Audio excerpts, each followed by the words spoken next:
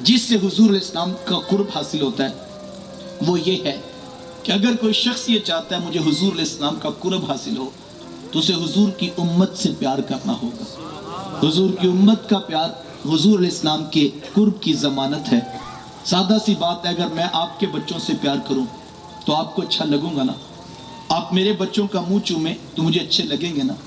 تو یار جو رسول اللہ کی امت سے پیار کرے گا وہ حضور کو کتنا پیارا لگے گا۔ حضور کی امت سے پیار کرنا سیکھیے۔ میرے حضور کو امت سے اتنا پیار ہے کہ اللہ کے رسول فرماتے ہیں کہ اے میرے امتی، تیرا اور میرا تعلق ایسا ہے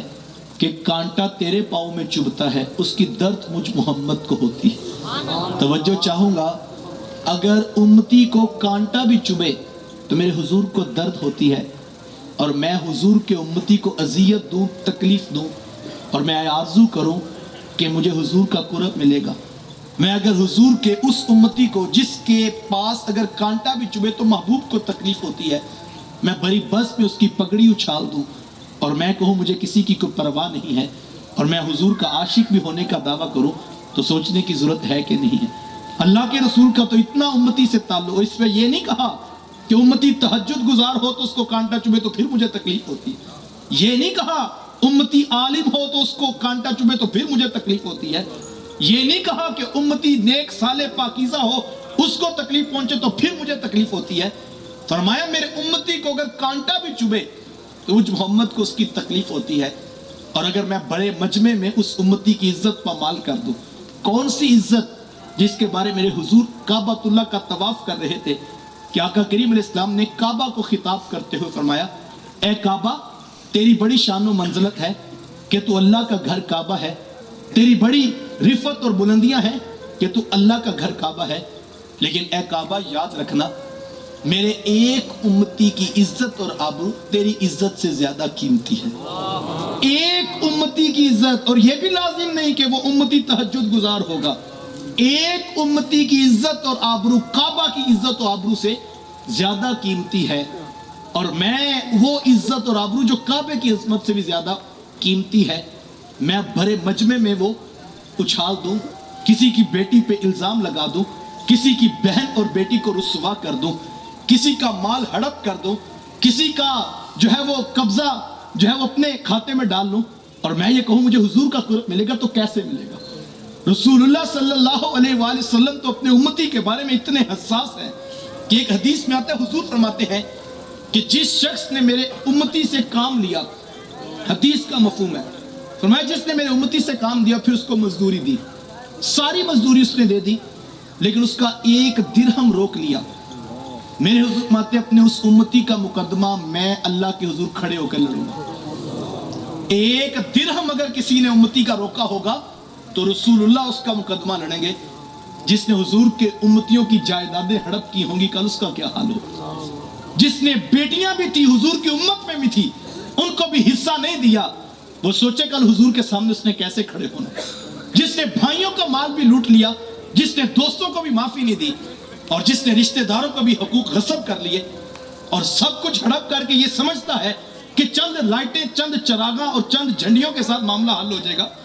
رسول اللہ تو یہ فرماتے ہیں اگر کسی نے ایک درہم بھی میرے امتی کا روکا ہوگا اس کا مقدمہ کل میں محمد لڑوں گا۔